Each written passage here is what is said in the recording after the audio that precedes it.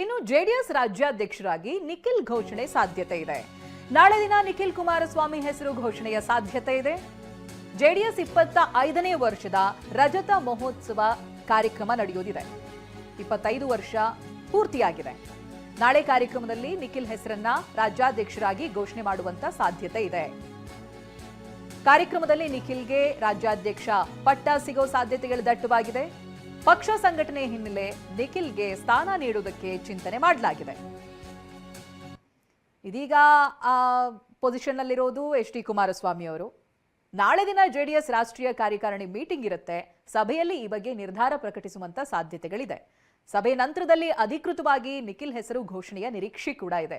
ಆಮೇಲೆ ವಿರೋಧಗಳು ಕಡಿಮೆನೆ when it comes to Nikhil. ಹಾಗಾಗಿ ನಾಳೆ ದಿನ ರಾಜ್ಯಾಧ್ಯಕ್ಷರಾಗಿ ಅವರ ಹೆಸರು ಘೋಷಣೆ ಆಗುವಂತ ಸಾಧ್ಯತೆಗಳು ದಟ್ಟವಾಗಿದೆ. ಇನ್ನು ನಿನ್ನೆ ಡಿಸಿಎಂ ಡಿಕೆ ಇಂದಿರಾ ಗಾಂಧಿ ಅವರ 108ನೇ ಜನ್ಮದಿನೋತ್ಸವ ಕಾರ್ಯಕ್ರಮದಲ್ಲಿ ಇಂದಿರಾ ಗಾಂಧಿ ಅವರ ಹೇಳಿಕೆಯನ್ನು ಉಲ್ಲೇಖ ಮಾಡ್ತಾರೆ. ಜಗತ್ನಲ್ಲಿ 2 ರೀತಿ ಜನ ಇರ್ತಾರೆ, ಒಬ್ರು ಕೆಲಸ ಮಾಡೋರು, ಇನ್ನೊಬ್ರು ಅದರ ಲಾಭ ಪಡೆಯೋರು ಇರ್ತಾರೆ ಅಂತ ಹೇಳಿದ್ದಾರೆ. ಇದೇ ಮಾತನ್ನ ಇಟ್ಕೊಂಡು ವಿಪಕ್ಷ ನಾಯಕ ಅಶೋಕ್ ಕುಟುಕಿದ್ದಾರೆ. ಹಾಗಿದ್ರೆ ನಿನ್ನೆ ದಿನ ಡಿಕೆ ಹೇಳಿದ್ದೇನು, ಅಶೋಕ್ ಯಾವ ರೀತಿ ಕುಟುಕಿದ್ರು, ಹೇಗೆ ಬನ್ನಿ ನೋಡೋಣ. ಇಂದಿರಾ ಗಾಂಧಿ ಅವರು ಇನ್ನೊಂದು ಮಾತು ಹೇಳ್ತಾರೆ. ಏನ್ ಹೇಳ್ತಾರೆ ಅಂದ್ರೆ, ಜಗತ್ತಿನಲ್ಲಿ 2 ಬಗೆಯ ಜನರಿರ್ತಾರೆ. ಒಬ್ಬ ಕೆಲಸ ಮಾಡುವನು, ಇನ್ನೊಬ್ಬರು ಅದರ ಲಾಭವನ್ನ ಪಡೆದುಕೊಳ್ಳೋದು. ನೀವು ಮೊದಲನೇ ಗುಂಪಿಗೆ ಸೇರಿ ಅಂತ ಹೇಳಿ ಇಂದಿರಾ ಗಾಂಧಿ ಅವರು ಹೇಳಿದ ಒಂದು ಮಾತು ಕೂಡ ನಲ್ಲಿ ಇದೆ. ಇಂದಿರಾ ಗಾಂಧಿ ಅವರು ಇನ್ನೊಂದು ಮಾತು ಹೇಳ್ತಾರೆ. ಏನ್ ಹೇಳ್ತಾರೆ ಅಂದ್ರೆ, ಜಗತ್ತಿನಲ್ಲಿ 2 ಬಗೆಯ ಜನರಿರ್ತಾರೆ. ಒಬ್ಬ ಕೆಲಸ ಮಾಡುವನು, ಇನ್ನೊಬ್ಬರು ಅದರ ಲಾಭವನ್ನ ಪಡೆದುಕೊಳ್ಳೋದು.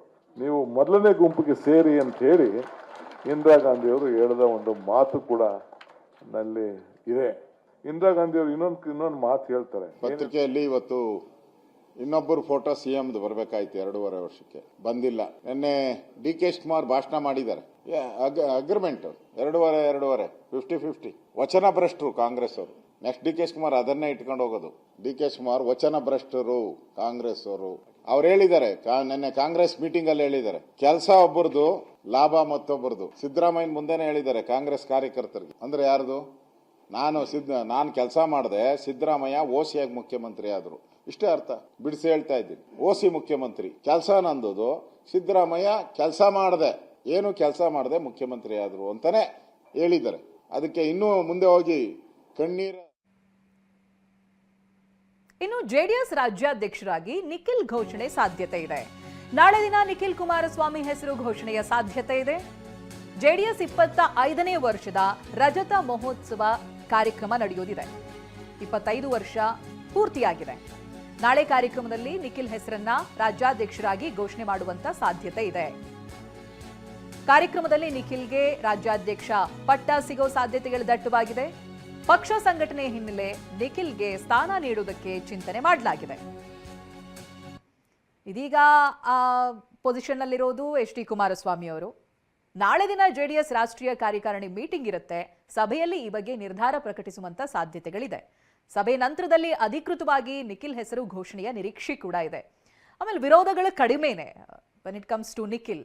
ಹಾಗಾಗಿ ನಾಳೆ ದಿನ ರಾಜ್ಯಾಧ್ಯಕ್ಷರಾಗಿ ಅವರ ಹೆಸರು ಘೋಷಣೆ ಆಗುವಂತ ಸಾಧ್ಯತೆಗಳು ದಟ್ಟವಾಗಿದೆ.